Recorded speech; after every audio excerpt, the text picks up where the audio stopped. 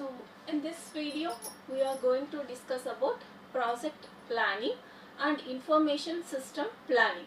So before going to these topics, let's just know about what exactly planning is about. Planning is nothing but predetermined course of action. So predetermined course of action is whatever you are going to do further, that to be planned earlier, that to be prepared earlier. It's nothing but a planning. So likewise, in our daily lives, generally we will go for planning of things as per our time. Here also, in case of system and management information systems, we will go for project planning. It means, so when you want to complete a project within a stipulated time, you have to plan the task according to the client, so that you have to list out all the actions to be performed under that project and stipulated time for each and every action. So here we are going to discuss about project planning. So generally organizations will go for planning of information systems in order to get better results rather than previous. It means if you want to sustain in the market for a longer time, if you want to make productive business in the globe, across the globe, then it is better to go for perfect planning related to the work and related to the system and related to the project. As a result, without plan, organization may end up spending money on information system that may not be required. So if you have not proper planning, what happens in the sense, you are going to spend more and more amount on the things which you didn't require even. So when you plan for the things, you can utilize your resources properly, or you can spend minimum amount and you can complete the work as per your schedule. These are all the benefits that you can get if you go for planning process in accordance. And in other ways, such systems do not provide the required value to the business and may prove to be failures in the organization. What happens when you install the systems that are not required for the business or that are not required for your project, in a sense, it will increases your cost of production. It will increases your burden. It increases your errors. These are all the things that you have to face when you didn't plan the things properly, and if you had chosen wrong system for your business also, these are all the problems that you have to face. So that's why it is important for the managers to understand how the planning is essential in case of introducing a new system or new information system to the organization. And next, information system planning. So generally it is quite complex to understand what exactly the business is going on, and we cannot say that it is going to be static. Always the business is dynamic and large. If you want to sustain in the market, so you should be in a position to take the decisions from time to time. You have to change your decisions, you have to change the mindset of your employees, and you have to plan the things according to the changes. So then only it is possible to sustain in the market for a longer time. So accordingly, you have to develop and update your information systems regularly to have a better systematic way in your organization. For this, you have to prepare an overall plan of implementing the information system. And so if you go for CRISP plan, it's nothing but creating information system plan. That is nothing but CRISP plan. So it comprises many steps, and among all these, information system is one crucial and comprehensive task to be performed if you take the creating information system plan. So generally, if you go for an information system plan, it generally includes goals, objectives and structure of information system. Among all these, the plan acts as a basic component of information system. So now here you can see how the information system planning will work. So here you see goals, strategies, information analysis, IS solutions and implementation plan. So first you have to set the goals of the organization. Goals are nothing but goals are to be done with a for a shorter span of time. After that, based on the goals, you have to prepare the strategy. Strategy is nothing but how to accomplish and how to fulfill that goals.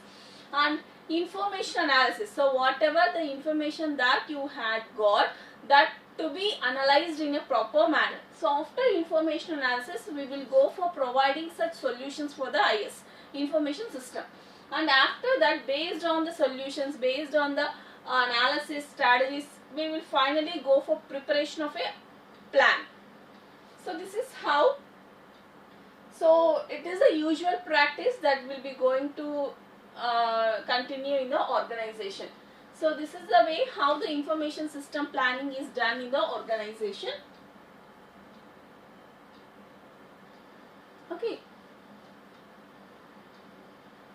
So next come to the another important topic in the information systems, that is system development life cycle, SDLC. So few people will call it as also software development life cycle, but as of now, so here we are talking about the information systems. So the SDLC is the acronym for system development life cycle.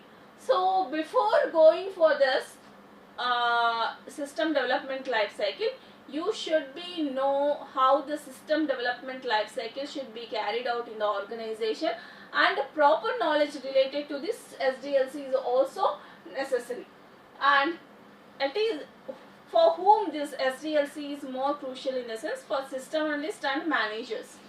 So many times the information system fail because of mismatch between the thinking of the managers and that of the technical persons on the development issue.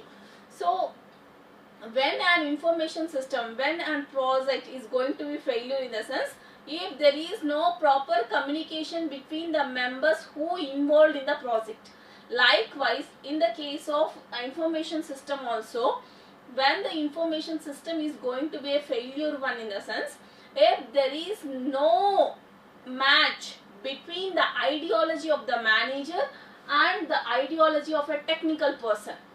So that two cases are not overlapped in the sense, it's going to be a failure.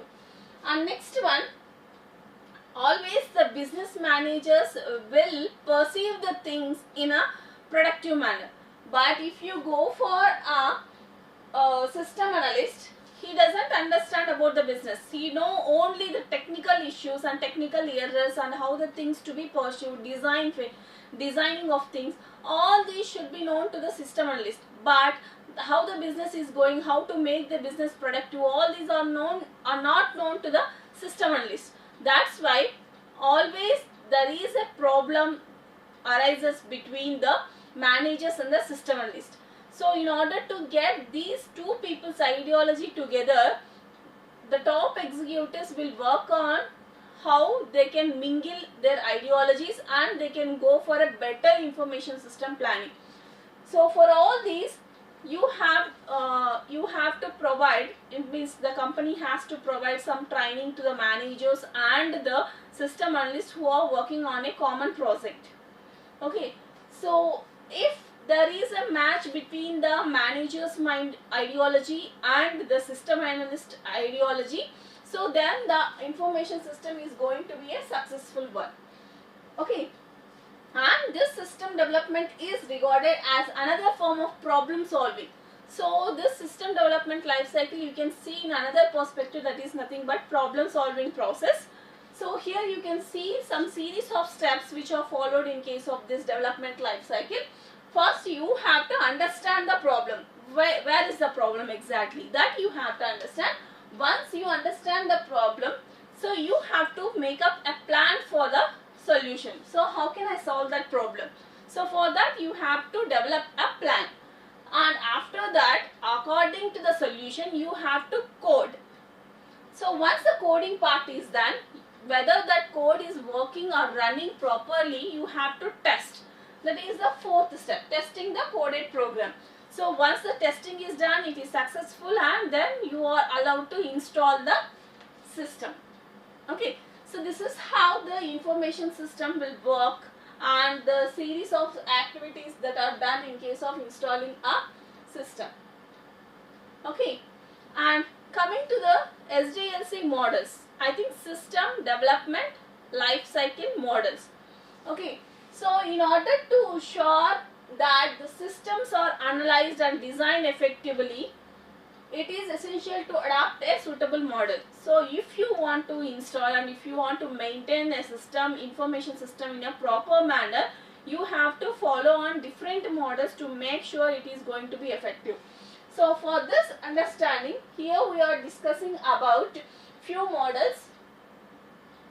Okay, so here we are mainly discussing about the 6 models. First one is waterfall model, second one prototyping model, and third one iterative enhancement model, fourth one spiral model, fifth one 4GT, that is fourth generation model, and last one is hybrid model. Okay, so let's come to the first one, that is waterfall model. So this was invented and developed in the year of 1970s, and it became popular in that year only. So this model states that, so as the name itself indicates, that waterfall. So here waterfall, how the water flows in a waterfall, in a linear model, like that. Here also in this model the phases are in a linear order. So in other words, you can say that the output of one phase is the input to the another phase. Okay. So this is how and when you come to the approaches, here the system is visualized in a living organism. So you can apply, if you want to see the results, you have to apply this system on a living organism, then only it will work. Okay. So this is the way how the waterfall model will work. I have a picture here. So first you have to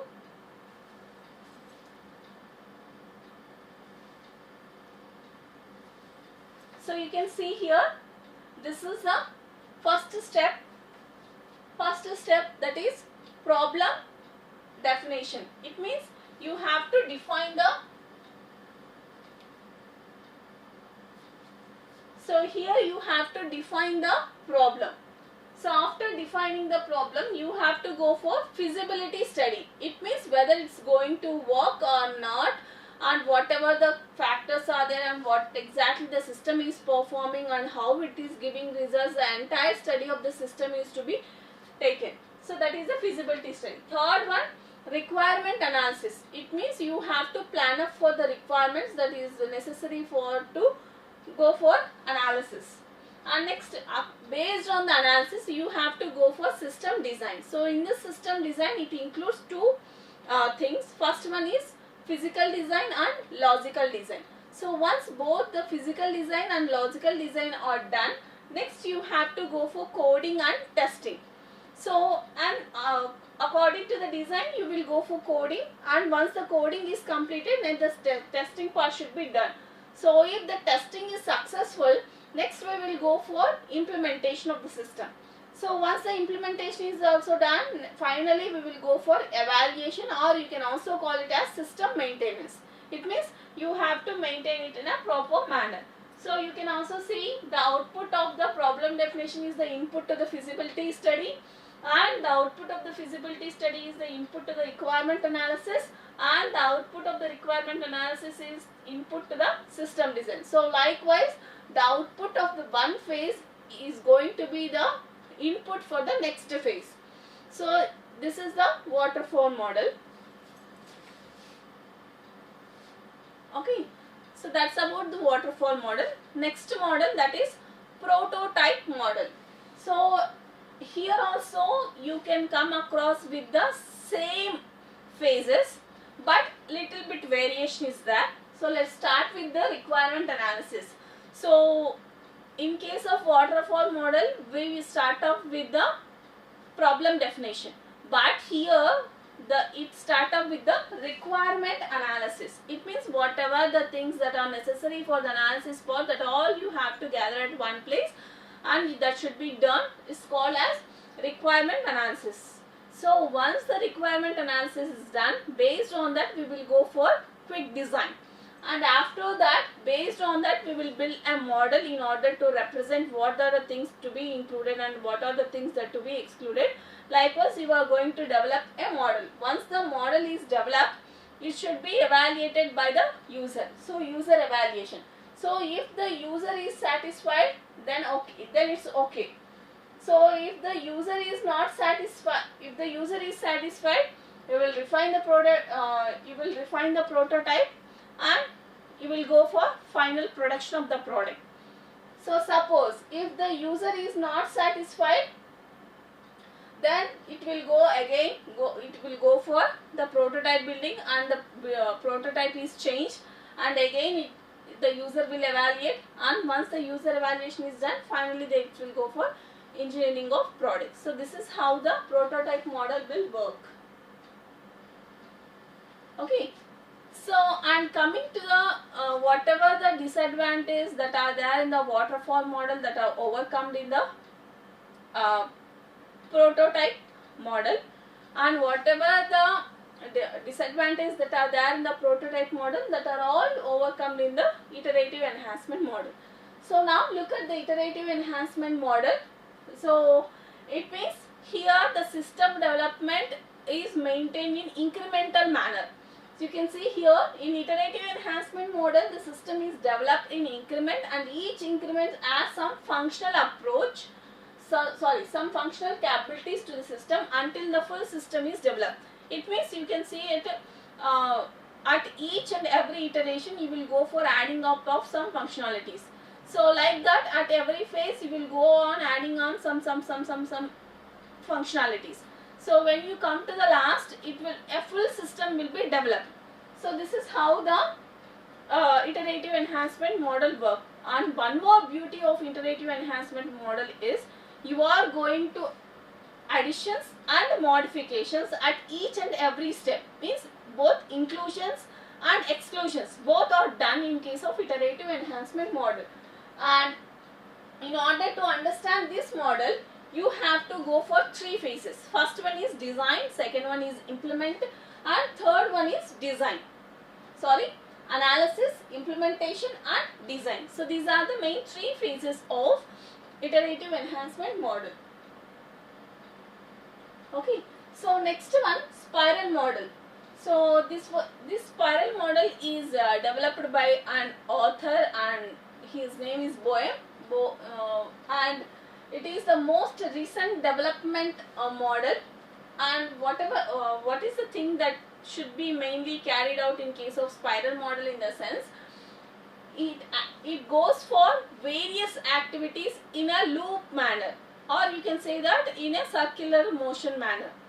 So as the name indicates, it is cycling in nature. It means whatever the things that are there, so that goes in a cycling manner. So here we have 4 stages mainly. So each quadrant represents one phase. Okay. So, and when you come to the radius and angular dimension, so here the angular dimension represents the progress in the development process, and radius of the spiral represents the cost that is involved in this model. You can look here. So here we have mainly 4 quadrants. So first quadrant we will go for determining the objectives, and in second quadrant we will go for identification and resolving of risks. In third phase we will go for development and testing part. In the fourth phase we will go for planning of the next iteration. So when you come to the task, so in the first quadrant, this one, you will go for requirement planning. It means what are the things that are required in order to set up the objectives. And in case of second one, that is identifying and resolving risk, you will go for building a prototype model. So once the prototype is done, so development and testing. So it includes, so what is the integration, what are the requirements, and what are the requirements, what are the verifications, validations, implementation. So like this it will goes on carrying. And after that, plan the next iteration. So once the testing is successful, we will go for the next cycle. So you can see, So if you see this one spiral, so when you come here, one spiral, one cycle is over. So here from here, the next cycle start. Okay. So you can see for each cycle some steps are going to be added. So if you see this, a concept of requirements, concepts of operation and requirement planning. So if you go for the next phase, requirements, verification, validation and development. So likewise, at each phase some steps are going to be added and some tasks are going to be added in case of spiral model. Next one, 4GT model. It's nothing but fourth generation model. So it is being used to quickly develop IS. So if you want to develop an information system within a shorter span of time, so the better model is this 4GT model. So it is going to be use of many software tools. It means based on your work, based on your requirement, it will go for uses of many software development tools. And here for each and every software, you have to specify the characteristics of that software. It means what are the things that you are going to achieve from that software that should be specially conveyed to the developer. And here the tools, you can also have the tools which automatically develops the code according to your requirements. And there is no doubt that this model is going to be work in a quick manner when compared to the previous model. And here also the capacity and the success is restricted to only the fourth generation languages. Okay, and generally this 4GT model is applicable and suitable for smaller projects rather than the large projects. And coming to the last model, that is hybrid model. So the name itself indicates that the hybrid is nothing but combination of many. So it is a combination of more than one model. Okay, it may be noted that if you take an organization, it's not compulsory that this organization have to follow only spiral model. This organization has to follow only waterfall model, like that. So based on the requirements, they will go for changing of models. So in some cases will be there, so they will go for usage of more than one model. So if they are using a combination of two or more models, then you can say that the model is finally a hybrid model. It means, for example, an organization is there, it is using waterfall model, spiral model and 4GT. So then you can say that they are going for a hybrid model. Let's say another company is there, it is using prototype model and waterfall model. So then also you can say that the company is using a hybrid model. So like that, hybrid model is nothing but using more than one model in the organization. Okay, so completely the hybrid model depends upon the nature of the project and size of the product and the risk that is involved in that project. So based on these three factors, what are they? Nature, size and risk of the project, we will go for selection of hybrid models. Okay. Okay, so these are the 6 models that are there in case of SDLC. Thank you.